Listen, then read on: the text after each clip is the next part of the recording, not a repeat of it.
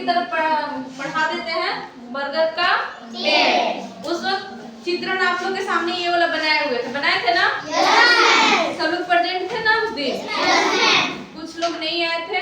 आज इसके बारे में जान लीजिए आप लोग। तो क्या हम आप लोग बताए थे, बहुत पहले की बात है जब जानवर, पेड़ और लोग आपस में बातचीत कर सकते थे। इसके बारे में एक उदाहरण भी आप लोग को दिए थे, मोगली के बारे में दिए थे ना? उस समय एक छोटा सा गांव था, उसके पास हरे भरे मैदान में एक बरगद का पेड़ था। कैसा गांव था? छोटा सा गांव था ना? ध्यान दीजिए प्रिया, इधर ध्यान दीजिए। एक छोटा सा गांव था, उसके पास हरे भरे मैदान में एक बरगद का पेड़ था। हरा भरा मैदान था पेड़ पौधे का, वहां पर एक बरगद का पेड़ था।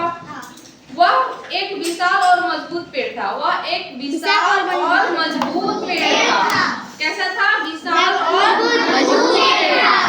ठीक है। उसके पत्ते इतने मोटे और घने थे कि उनमें से सूर्य की एक भी किरण नहीं निकल सकती थी। उसके पत्ते, बरगद का जो पत्ता होता है मोटा होता है। कैसा होता है? मोटा है ना? तो उसको ऐसे करने पे ना सूर्य की एक भी किरण मतलब उस पत्ते की छेद नहीं कर पा रही थी। और अगर हम लोग कागज वगज या कुछ भी चीज, अगर पतला सा चीज लेते हैं या कपड़ा लेते हैं तो किरण देखते हो, जो सूर्य की किरणें होती है जो कि कपड़े को छेद करके हमारे स्किन पे पड़ता है ना? तो वही बोल रहा है, उसके पत्ते इतने मोटे और घने थे कि उनमें से सूर्य की एक भी किरण नहीं निकल सकती थी। गर्मियों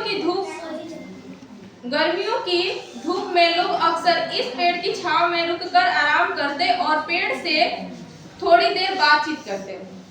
ज्यादातर गर्मी पड़ता है तो हम लोग क्या करते हैं, जहाँ घना सा पेड़ रहता है, जहाँ छांव हो, उसके नीचे हम लोग जाकर बैठते हैं ना जी? कि हमें वहाँ आराम मिलता है। ठंडी ठंडी एकदम ठंडी हल्का हवा आती है ना? अब सुनिए, गांव में अक्सर जहाँ पर पेड़ पौधे होते हैं, मीरा, गांव में अक्सर जो भी पेड़ पौधे होते हैं ना जी, जहाँ पे चबूतरा बना रहता है, सीमेंट बालू का बना रहता है ना, वहाँ पर हमारे जो बुजुर्ग लोग होते हैं वहाँ पर आकर बैठ के आराम करते हैं ना? तो सुनो, एक दिन एक गडेरिया बालक शंकर उस पेड़ के नीचे आराम करने बैठा। एक गडेरिया बालक शंकर नाम का लड़का उस पेड़ के नीचे आराम करने बैठा। सारा दिन धूप में घूमने से वह थक कर पस्त हो गया। सारा दिन घूमने से नहीं आदमी पस्त हो जाता है ना? तो हम लोग भी कल घूमने गए थे तो हम लोग भी पस्त हो गए थे। सबको लेके गए थे ना हम लोग, तो हम लोग भी पस्त हो गए। अब ध्यान दीजिएगा, थककर पस्त हो गया था। हवा के हल्के हल्के झोंके उसके थके शरीर को आराम पहुंचा रहे थे।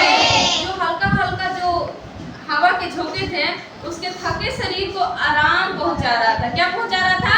आराम पहुंचा रहा था।